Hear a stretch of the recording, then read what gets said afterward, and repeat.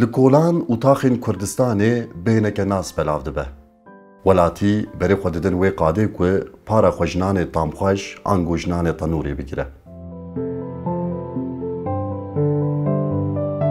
Şêwaza xweser a pijandina nan li Kurdistanê dibe çand û kevneşopiyek û ji serdemên berê digihêje roja me.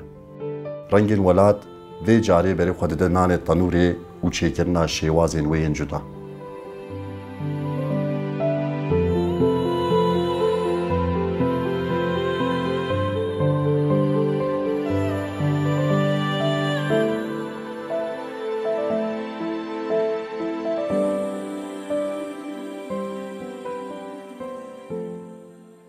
Çawa ku dîroka mirovahiyê li ernîgariya Mezopotamyayê dest pê kiriye, bi heman awayî berhemên ku jiyana mirovan dixemilînin jî ji heman welatî derketine. Têkiliya mirovahiyê herî pêşî bi axêre dest pê kiriye û bi awayekî xurt gihiştiye heta roja me. Bi têkiliya xweza û mirovahiyê re hin nirxên girîn gihiştine heta roja me.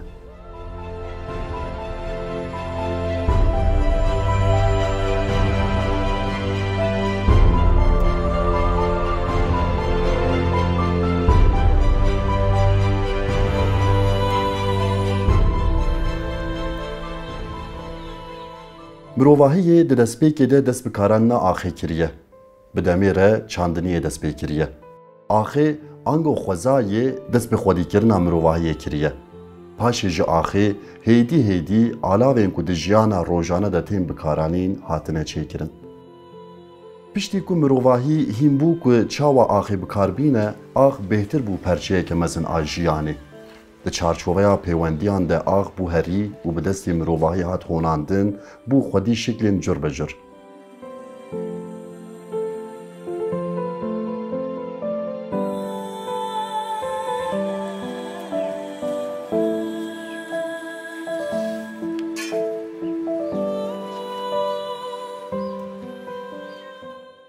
Lêkolînên arkeolojîk ên ku tên kirin piştrast dikin ku heriya ji axê hatiye çêkirin, çawa bi destê mirovahiyê wek hunereke hezar salan hatiye honandin. Berhemên ku di lêkolînên arkeolojîk de derdikevin holê yên wekî kûzêk, dîzêk, qedeh, tas û guldang nîşaneyên têkiliya xurt a di navbera mirovahiyê û axê de ne.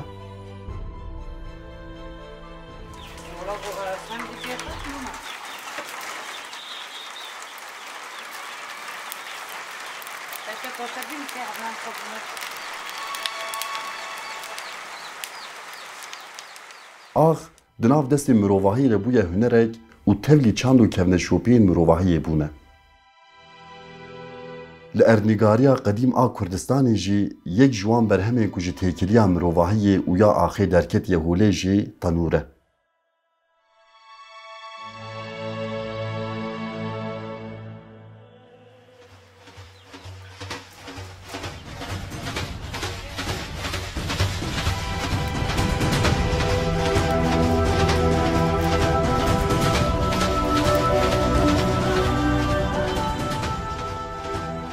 Kurdistanê tenûr hem ji aliyê kedê ve hem jî ji aliyê bikêrhatinê ve wekî çandeke xweser di nava jiyanê de cihê xwe digire. Wexta ku mirov berê xwe dide dîroka Kurdistanê tê dîtin ku bi hezar salana tenûr wekî çand û kevneşopiyekê hebûna xwe diparêze.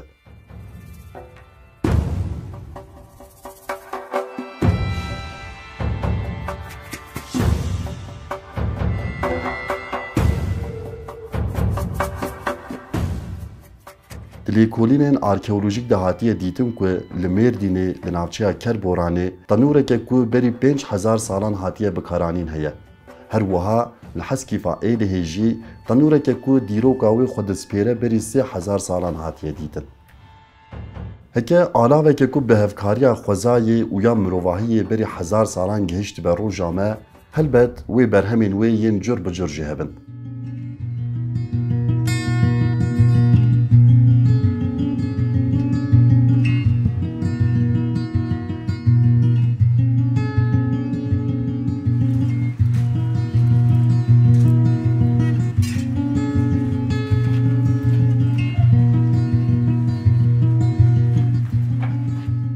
Berî her tiştî hêjayî gotiniyê ku لحمو هرمین کردستان تنور به همان آوای ناین بجهکرن.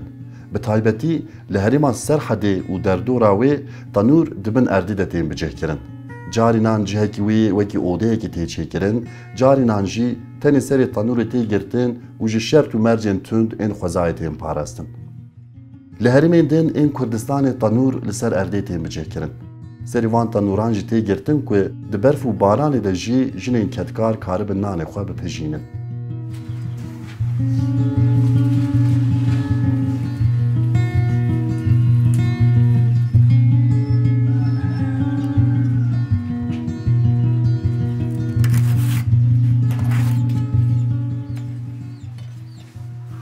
Tanûrê de bi piranî nan tê pijandin.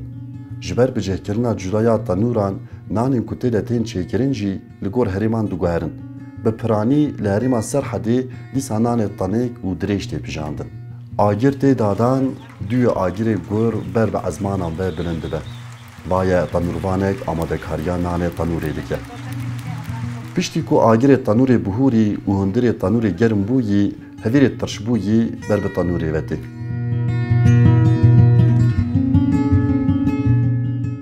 من فيها إجبات ماني ما شهادة صارت بيشيتكم أزاركي خوديتكم هبالا جمردي جمرة قوتن أجيهاتن وشغلن زاركي خو geçirmiştim 4 زاركي مهنة 45 سالمة وخوش يعني زوراوي جهية وخوشياوي جهية.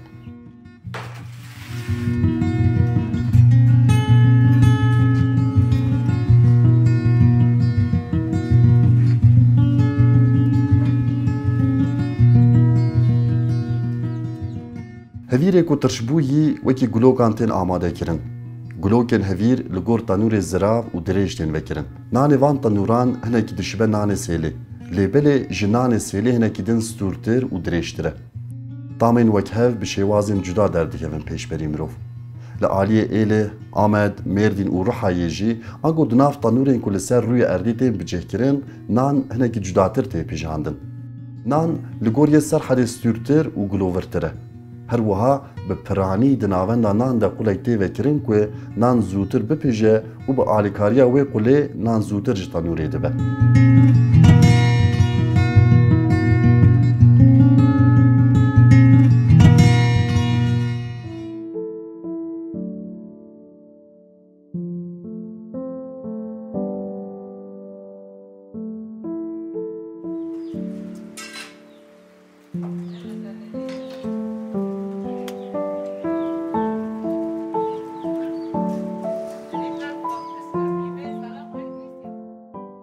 هبير تكن ما يدخني خوي تخني قازان تدقر ام هسفرا خويا بيرتينن و ام هيك خو كنجي خوي سردكن و ام ده بازا ده قبين تندرا ما حبكي صار دبا و ام ناني خولي تخن و صور بم در تخن.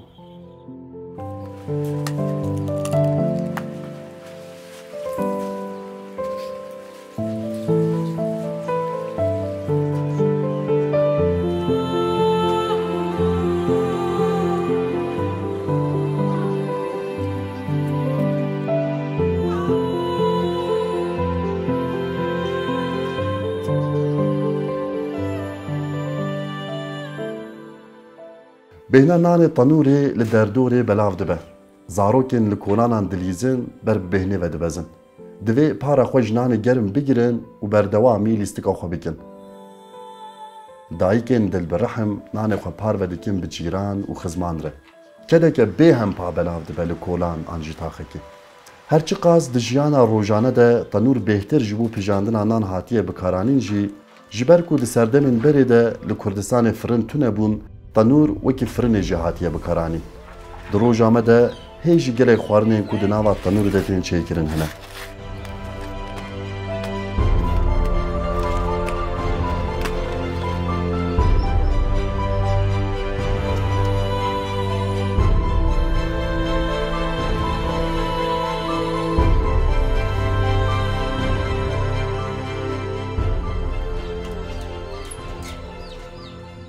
وقتهم هاتن عولي بما زور بو هدي معلمين بيقع يعني بما نزور خوش يعني امتين يعني شازة سالم تكنجي يعني هنبتين مثلا دبي تشاو وليتهن ام عالمين يعني دبي زورة ما ام عالمين ام ليت خن يعني بالشمس على شاراتين بينجاتين بري ملامتين خوش يعني باش يعني خديجي باش او امجين باش معلمين يعني دومان هي دو هي شعبي ما تشوته جاني ما جانا تشوته يعني تبكينا كي حتى بس زوره اما ام عالمين خوش يعني جمرة ام هيم بونا يعني تبي زور بنات تندوراتنا دومانا وهي ورانا بجانا نام جانا جينا شكي ام عاد استفن ناني كرمانجيه وناني اي ديو بابي ما اي برينه خوشه يعني تعماوش خوشه وزلال زتاوش خوشه اي كرمانجي يعني تشتي كرمانجي خوشه يعني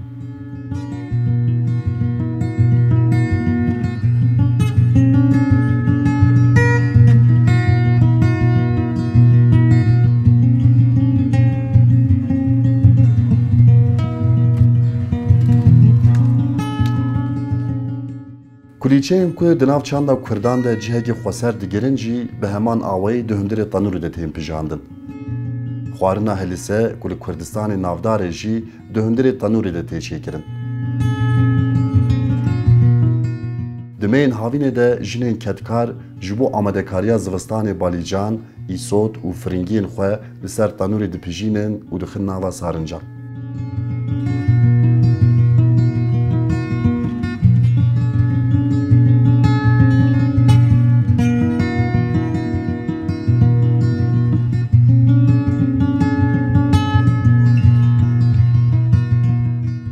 Li ernîgariyeke qedîm alavek dibe perçeyekî jiyana rojane û pêre pêre gelek cure xwarinên din jî tên çêkirin. Tanûra ku bi hebûna xwe dibe taybetiyeke xweser a Kurdistanê, bi şêwazên din ên çêkirina xwarinê jî di nav jiyana Kurdan de cihekî cuda digire.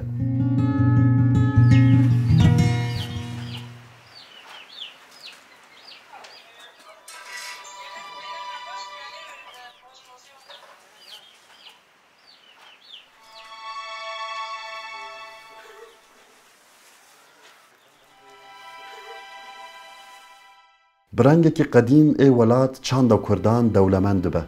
Ev dewlemendî ne tenê li Kurdistanê. Li gelek welatên din jî bi nav û deng dibe ku mirovên tên serdana welêt berî her tiştî berê xwe didin tanûran û nanê wan ê tam xweş.